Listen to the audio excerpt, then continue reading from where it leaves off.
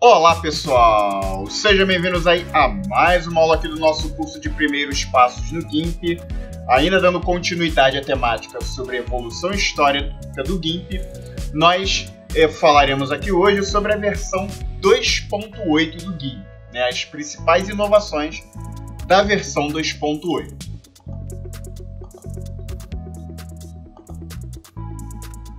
Bom, o GIMP 2.8 foi outro lançamento importante do ponto de vista do desenvolvimento, ainda mais do que era para o 2.6. Ele apresenta uma grande mudança na interface do usuário, abordando uma das reclamações mais frequentes, a falta de um modo de janela única. Além disso, o esforço de integração da biblioteca Jagero deu um grande passo à frente, alcançando mais de 90% do núcleo do GIMP. Uma nova ferramenta de transformação poderosa, grupos de camadas, novas opções comuns, novos pincéis, ferramenta de texto aprimorada e muito mais. Bom, em relação à interface do usuário, as principais inovações se deram aí com a implementação do novo modo de janela única. Com esse novo recurso, foi possível trabalhar com todas as caixas de diálogo do GIMP dentro de uma grande janela, geralmente com as imagens centralizadas dentro dela. Não há mais painéis flutuantes ou caixa de ferramentas, mas as caixas de diálogo podem ser organizadas dentro dessa única janela. Esse modo ele pode ser habilitado ou desabilitado o tempo todo, mesmo durante o trabalho, e a opção será lembrada sempre ao longo das sessões. Outra inovação importante foi um novo fluxo de trabalho para salvar arquivos. Agora, salvar e salvar como funciona apenas com o formato XCF, que é o formato nativo do GIMP, editável do GIMP. Se você deseja exportar uma imagem em outro formato, como JPEG ou GN ou PNG, você deve exportá-la explicitamente. Isso aprimora o fluxo de trabalho e permite simplesmente substituir o arquivo original ou exportar assim para vários outros formatos.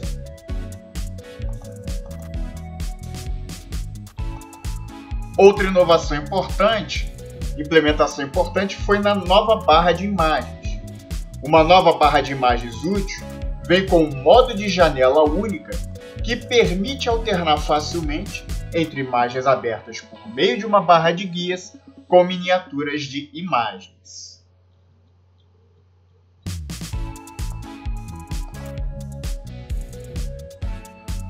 Foram implementadas também novas opções de arranjo. O GIMP deixou felizes os usuários que trabalham com duas telas, uma para diálogos e outra para imagens. Agora é possível você organizar os diálogos um sobre o outro em abas e até mesmo em colunas, como aqui na imagem do exemplo.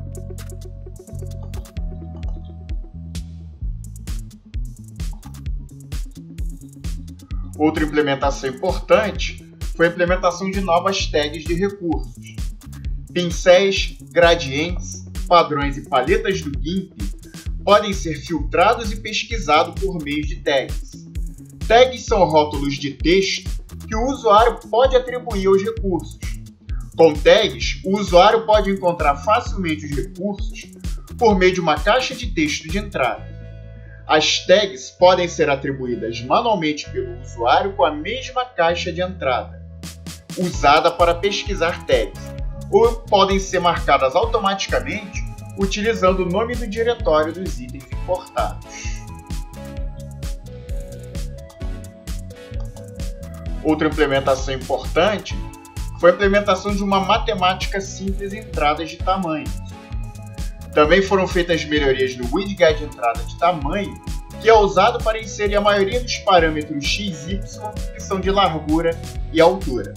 Por exemplo, na caixa de diálogo de escala, agora é possível escrever 50% no campo largura, para dimensionar a imagem para 50% da largura.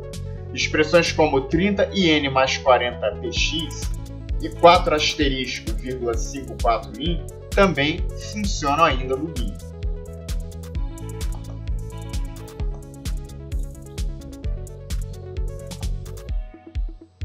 Outras pequenas mudanças a se destacar é a nova opção de bloquear pixels na caixa de diálogo de camadas, que pode evitar pinturas indesejadas em uma camada ao trabalhar com várias camadas. Além disso, agora você pode mover-se entre as imagens no modo de janela única e múltipla, utilizando os atalhos Ctrl, Page Up / Page Down ou Alt Number. Também foi adicionado suporte para F2 para renomear itens e listas. Agora também você pode clicar Alt+, nas camadas na caixa de diálogo, né, para criar uma seleção a partir dela, né, a partir da caixa de diálogo camadas. Adicionar, subtrair e cruzar modificadores, né, pressionando as teclas Click, Shift e Ctrl Shift também funciona. Isso facilita a composição do conteúdo de uma camada com base no conteúdo de outras camadas sem desvios. Como os atalhos de teclado Ctrl E e Ctrl Shift E foram redirecionados para mecanismo de exportação de imagens, novos atalhos de teclado foram configurados para Shrink Wrap e Fit Image Window, ou seja, Ctrl J e Ctrl Shift J, respectivamente. Também foi adicionado o item de menu Windows nas janelas Ocultar Docs, que faz o que o Tab faz, né? E também exibe seu estado, que agora também é persistente entre as sessões. Os modos de camada foram reorganizados em grupos mais lógicos e úteis com base no efeito que tem nas camadas. Os modos de camada que tornam a camada mais clara estão em um grupo. Os modos de camada que tornam a camada mais escura em outro grupo e assim por diante. No modo de múltiplas janelas, agora você pode fechar a caixa de ferramentas sem sair do guia. Também é possível permitir vincular ações arbitrárias a botões extras do mouse. E também, agora é possível alterar o idioma do aplicativo diretamente no menu de preferências. Bom, em relação às ferramentas, filtros e plugins, uma inovação importante se deu com a implementação de uma nova ferramenta chamada Cade Transform. Com essa nova ferramenta, agora é possível criar dobras personalizadas de uma seleção apenas movendo pontos de controle. Esse é o resultado, né, que nós podemos aqui utilizar como exemplo do que essa ferramenta pode fazer. Outra ferramenta também, né, que foi implementada nessa versão foi a ferramenta de texto, né, que foi aprimorada. Ela foi aprimorada para suportar a escrita de texto no Canvas, no quadro, e possibilitar a alteração dos atributos de um único caractere.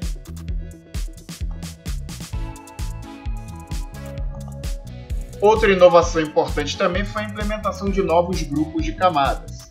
Agora é possível agrupar conjuntos de camadas e tratá-las como uma entidade. É possível ativar ou desativar um grupo e movê-lo na caixa de diálogo de camadas. É fácil adicionar ou remover camadas existentes a um grupo ou criar ou excluir uma camada dentro do grupo. E ainda é possível criar grupos de grupos incorporados. É possível aplicar um modo de camada a um grupo da mesma forma que você faz com uma única camada. E tudo isso melhora o fluxo de trabalho com imagens multicamadas complexas, tornando-as mais fáceis de gerenciar. Outra inovação importante também foi a das escovas rotativas, ou pincéis rotativos. Os pincéis agora eles podem ser gerados à vontade, atuando na opção de pincel ângulo.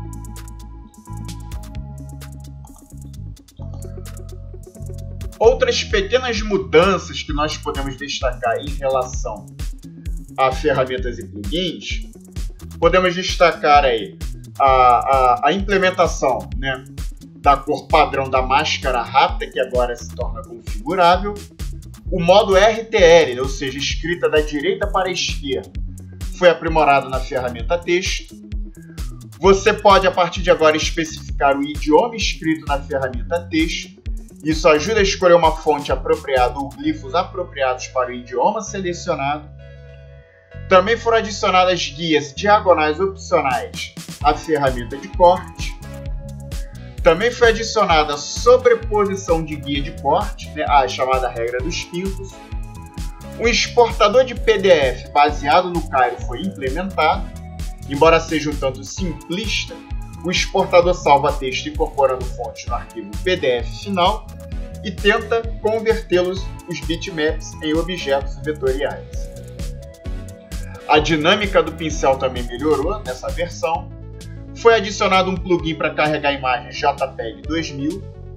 Também foram adicionados plugins para suporte de importação e exportação do X11, né, o cursor de mouse X11. Também foi adicionado o suporte fundamental de importação e exportação OpenRaster. Também foi adicionado o suporte RGB 565 ao plugin CS Source.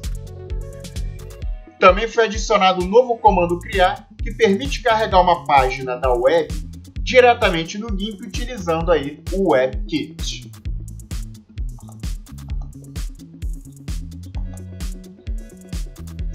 Outra implementação importante, né, que se dá aí do lado do back-end, né, por trás da interface, foi em relação à biblioteca Jekyll, né?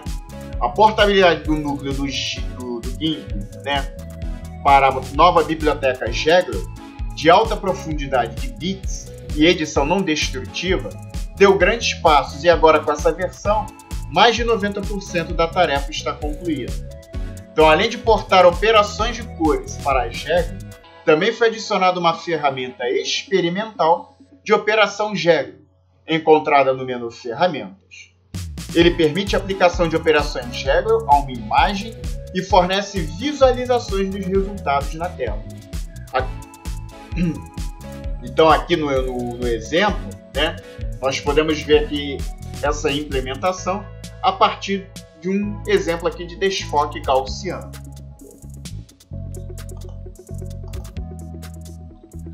Outra implementação importante foi em relação à portabilidade da biblioteca Cairo.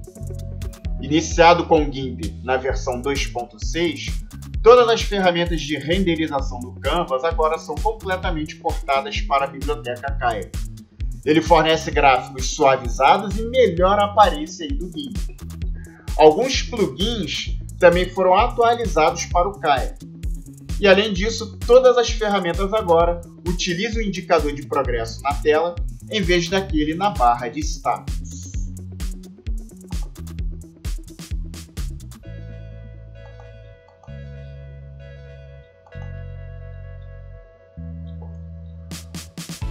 Outras modificações e implementações importantes se deu aí com a alteração da licença. A licença do GIMP ela foi alterada para GPL versão 3. Também foi implementada uma nova API de script, né? Muitas APIs do GIMP foram reconstruídas para simplificar o desenvolvimento de novos scripts. Para aprimorar ainda mais as habilidades do script, foram feitas alterações na API para suportar grupos de camadas. Outra inovação importante foi a compatibilidade com versões antigas. Então, para permitir a migração do antigo sistema de pré-definições de ferramentas para o novo, existe um script Python que você pode baixar no site Wiki do GIMP. No entanto, as pré-definições de ferramentas antigas não são 100% conversíveis nas novas pré-definições de ferramentas. Por exemplo, a escala do pincel de 2.6 não pode ser convertida para o tamanho do pincel em 2.8.